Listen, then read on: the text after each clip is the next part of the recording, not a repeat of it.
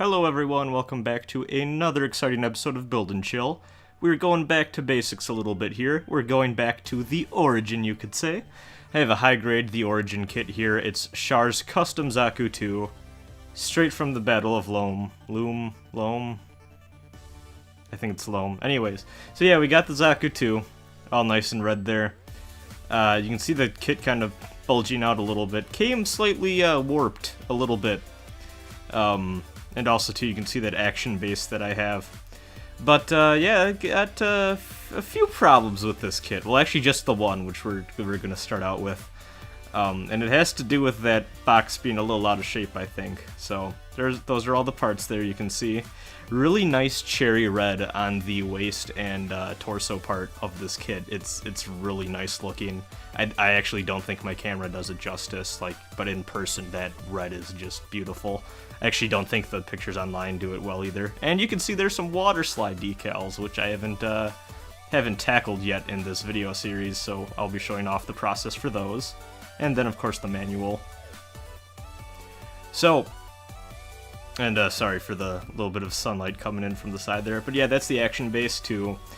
Don't even really show off the assembly, just because it's so basic, but you do need a screwdriver, because there's a few screws that you need to just insert there for putting the different parts of the action base in place.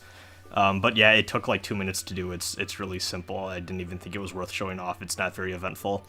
But I'll show off the Zaku II on its base in a little bit.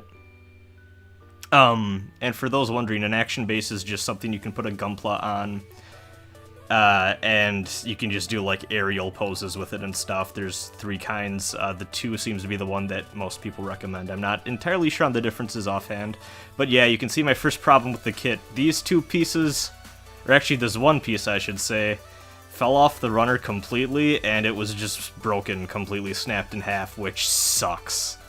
So I started out with the foot right away, just because or the leg, I guess, rather, just because that's the little, I determined that was the little calf armor piece for one of the legs. And I wanted to just start out with the leg. You can see the black framework there and the red armor that goes around it. Just because I wanted to assess the damage and see if I could still use those parts at all, or if I was going to have to do something different with it. And yeah, it really sucks because I think this kit is great, but that armor piece being broken just on arrival was really crappy. And I know I've said before that, you know, these kits do ship from Japan most of the time to get over here. So I guess, you know, something like that is bound to happen. And there you go, you can see the damage right there. I actually played around a little bit with it after I recorded this, and I got it to fit together a little more nicely. And it actually looks not too bad now. From far away, I'm looking at it right now, you can't even really notice it, and I have that leg sticking out in its current pose. So thankfully, it's not too bad when it's all put together, but at first that really made me worried. I thought, oh crap, maybe I should have it like doing a kneeling shooting pose or something just so I could cover that cracked piece up. But it actually really didn't turn out too bad. You can see a little bit of the piping there, actually. Now, that took me a little bit to figure out. It was kind of tricky. So what it actually is, it's just a whole piece of piping that you then insert into like a little L-piece slot, and along the piping there are certain parts that you can notice are a little looser, and you can bend those pieces and kind of bring it into place like that so it curves from the backpack and goes around to the front of the waist. I had no idea what the hell I was doing for a bit. I was really afraid I was gonna snap it, but it's very obvious to see which parts you're allowed to bend, because it's not even like it's a break in the piping even. And you can see the head there. The mono eye does move. There's a little lever underneath the head piece, so if you take the head off of the actual kit, there's a little slider that allows you to move the black piece for where the mono eye is, and the mono eye is just a sticker, which I put on a little too high, unfortunately, but it still doesn't look too bad. The red on that torso, though, and on this waist that I'm playing around with, though, is once again superb. It is just the nicest cherry red. You can see it's a little bit darker than the salmon of the Zaku II. And actually, I believe that's one thing worth noting with the Origin kit, other than the fact that it's just a more recent engineered model kit of the Zaku II.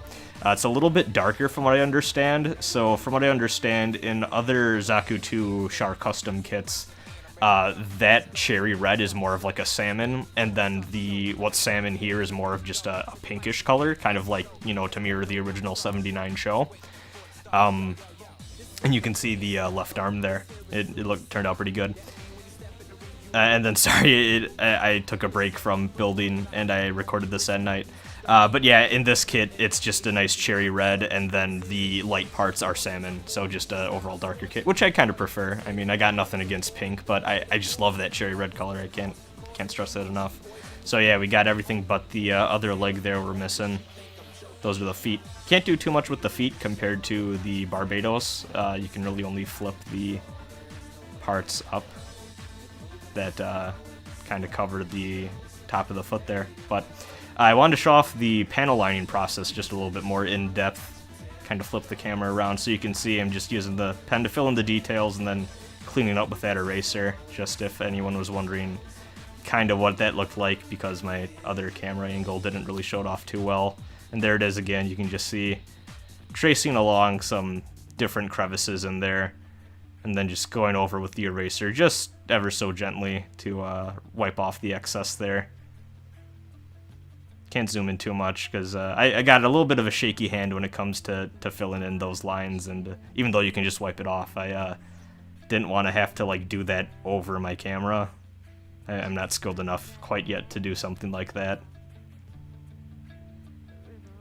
But yeah, it's pretty simple. I think you guys get the gist of it, just where there's different lines in the kit you can fill in with marker. Now these are not stickers, these are Waterslide decals. So what you do for these is you have to cut them out of the sheet, just, you know, with a little hobby knife or something, and use your tweezers and just dunk these in waters for a little bit till they're submerged. Then you just wait a little bit for them to dry. Then you just use a Q-tip and ever so gently slide it onto the kit.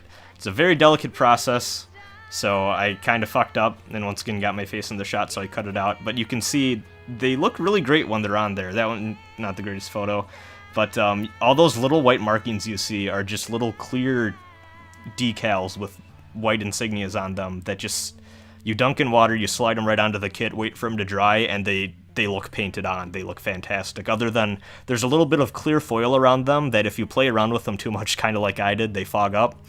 And that kind of sucks. But from what I've been told, the better you get at placing Waterslide decals into position, and the less you fuck around with them, the better they tend to look. So, you know, always have to make the sacrifice on your beginning kit, but hopefully next time around it's better. But there's the Zaku II all completed, all decaled up with the Mega Bazooka there. I think it looks pretty good. I'm a big fan of it, just standing like this. Now, one thing I will show off in a little bit here. Also, I don't know why there's a penny on my desk. So, this is where what I bought the kit for. And actually, this is the pose. I was trying to emulate the pose that's in the thumbnail. Didn't turn out too great.